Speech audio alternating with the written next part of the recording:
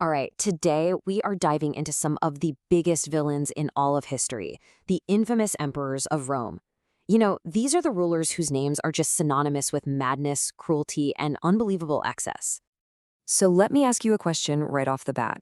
When you think of the absolute worst Roman emperor, who comes to mind? Seriously, who's the first name that pops into your head? It's a debate that's been raging for centuries, and it really gets to the heart of how we remember or misremember the past. I'm willing to bet a few names jumped out right away. You've got Caligula, the guy who supposedly tried to make his horse a government official. Then there's Nero, the tyrant who famously played his fiddle while Rome was burning. And of course, Domitian, whose entire reign was basically one big terror campaign. These guys have become the poster children for absolute power corrupting absolutely. But here's the thing. What if those stories, the ones we've all heard a million times, aren't the whole truth? What if the official histories are, well, less history and more like hit pieces written by their biggest political rivals? Okay, let's really get into it and see what's what.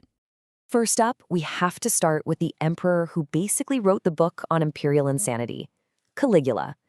His downfall was incredibly fast and unbelievably brutal, and what happened right after he died tells you everything you need to know about how the Roman elite really felt about him.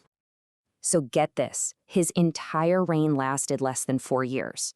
He started out super popular. Everyone thought he was a breath of fresh air after the last guy, Tiberius. But that goodwill, it evaporated, like instantly.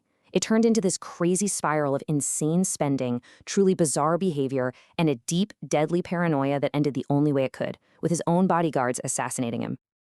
And after he was dead? Oh, the reaction says it all. The regular folks in Rome, they pretty much just shrugged. But the Roman elite, the powerful senators, they immediately went to work trying to literally wipe him from existence. His statues were smashed to pieces, he wasn't allowed to be buried in the imperial tomb, and they did everything they could to scrub his name from the official records. This quote just nails it, doesn't it? The Romans weren't just moving on. No, they were actively trying to delete him from their memory. It was basically an ancient form of cancel culture, treating his entire 4 years in power like some horrible nightmare they were desperate to forget. All right, so let's move on, because this is where the story gets even more interesting.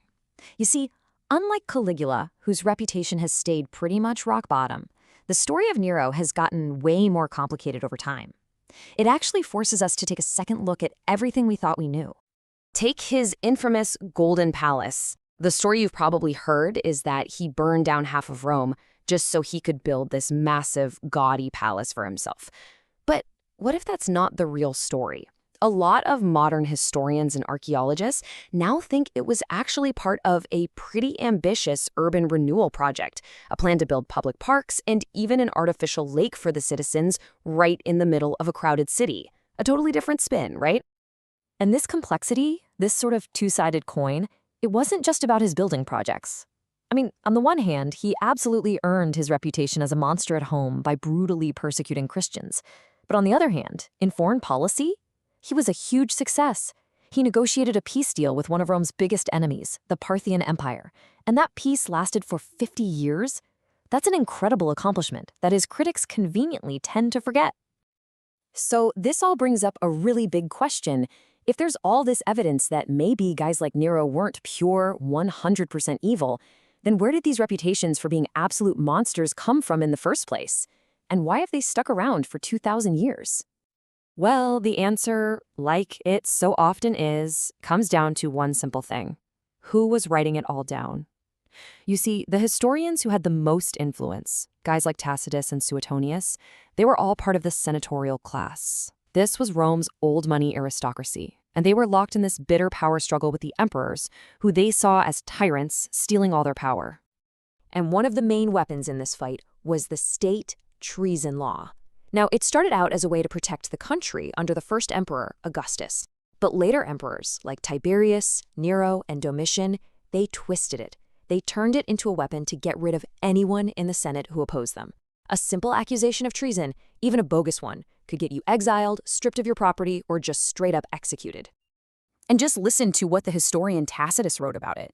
He described a suffocating reign of terror where slaves were bribed to betray their longtime masters, and those who had no enemies were ruined by their friends.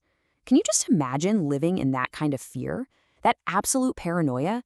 That's the mindset the people writing the history books were in. So, all of this, it really makes you stop and think, doesn't it? It forces us to question what the judgment of history really is and how we should be reading these accounts. I think the biggest thing to take away from all this is that history isn't just a list of facts. It's a story. It's a narrative. And the story of Rome's bad emperors was written, for the most part, by their mortal enemies. It's a story told from the viewpoint of a powerful class that felt like it was losing everything. And that leaves us with one last, really challenging thought to chew on. How much of what we think about leaders from the past is actually based on what they did, and how much is based on who was telling the story? It's a question that's just as important for how we see the world today as it is for the emperors of ancient Rome. There's an old Roman proverb that says it all perfectly. Verba volant, scripta manen. Spoken words fly away, written words remain.